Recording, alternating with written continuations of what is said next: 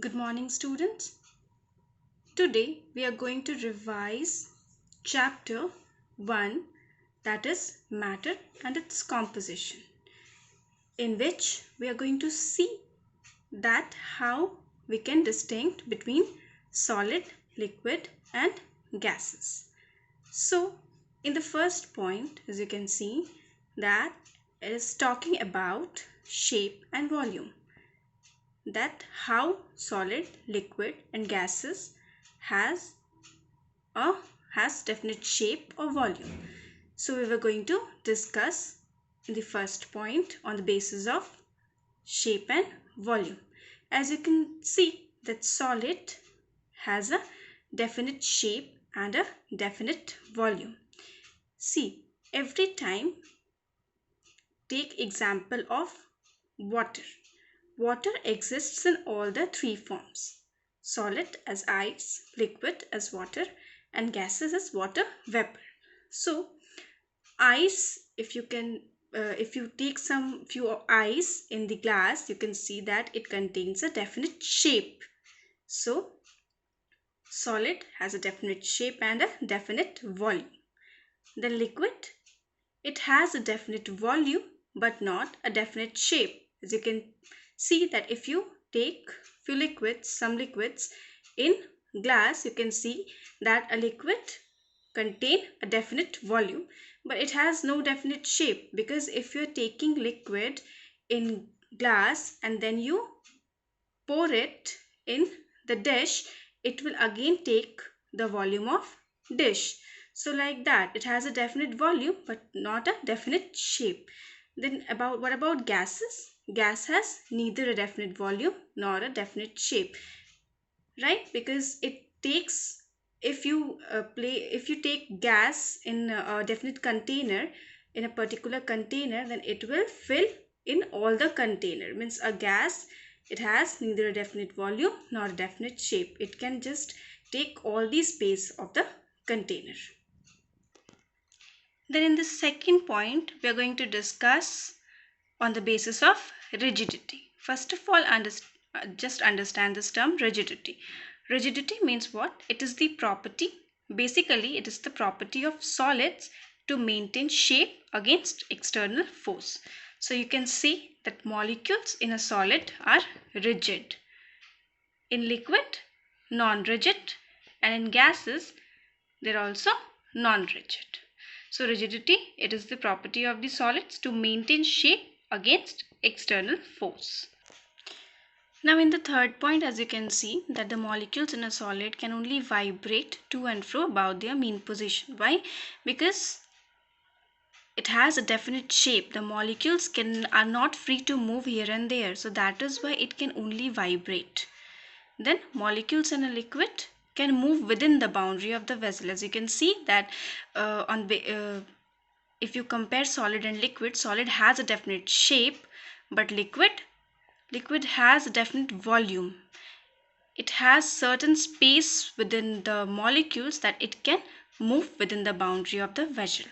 But in case of gas, if you compare this with respect to solid and liquid, it has very space. The molecules of gas can move freely, because it has a very much spaces between the molecules. The spaces are there, so that is why it can move in the available space which is present over there. So that is why it solid, liquid and gas on the basis of movement, or how it can vibrate or how it can move from here and there, like that. Then in point 4, you can see the molecules remain fixed at their position. As you can see, as an example of ice, the molecules are fixed at their position. And what about liquids? The molecules do not remain fixed at their position, right? But it can move within the boundary. Then what about gases? The molecules do not remain fixed at their position, as it has a lot of space, so it can move within the container, or wherever you kept the gases, in whatever container, it can move in that container. because it has a lot of space between the molecules. Then the intermolecular forces are very strong. First of all, just understood what about intermolecular forces. What is the meaning of intermolecular force? So the force present between the molecules of matter. Here, in case of solid, the force between the molecules of solid are intermolecular force. As you can see, the example of ice is a solid, so the molecules are very close. That means the intermolecular force is very strong. In liquid, less strong or moderate as compared to solid, because it can move, the molecules of liquid can move within the boundary. And what about gases? As you can see, the intermolecular force are weak. Why? Because if you place this gas in any of the container, then that molecules will move within the container, can move. Why? Because the forces are weak, intermolecular forces are weak. Then the molecules in a solid are closely packed, here loosely packed, and in gases wide apart. On the basis of fluidity, fluidity means what? It is the property of liquids and gases by which they have a tendency to flow. So a solid cannot flow. You know that ice cannot flow. Ice can only stay at one position. If you keep ice in table, it will remain there. But if you pour liquid on the table, it can flow. And like that also, a gas can flow. Two more points is there, like compressibility. Compressibility means what? It is basically the property of gases. So on applying high pressure, the volume of gas decreases. This is the definition of compressibility. So gases can easily compressed, liquids moderate, and solid cannot be compressed. What about intermolecular spaces? Intermolecular space means the space between the molecules of matter, means the molecules of solid, liquid, or gas.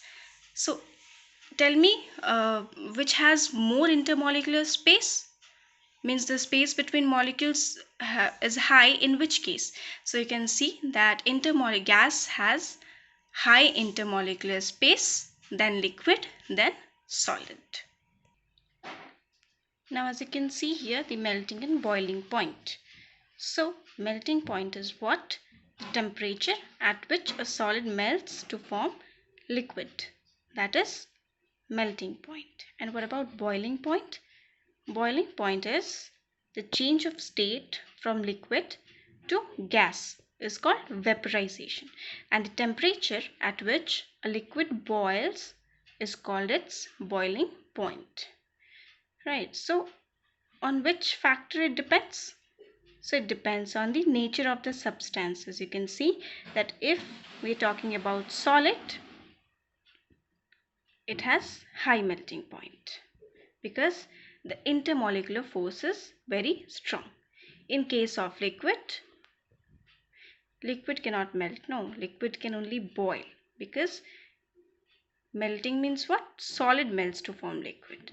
Here, liquid to gas, you can supply heat to it. So the temperature at which a liquid boils is called its boiling point. So on which factor it depends? It depends on the nature of the substance. So in the third question, I think you can easily answer that what is meant by change of state. So when solid, means solid ice, converts into liquid, that is water, the state is changed, solid to liquid.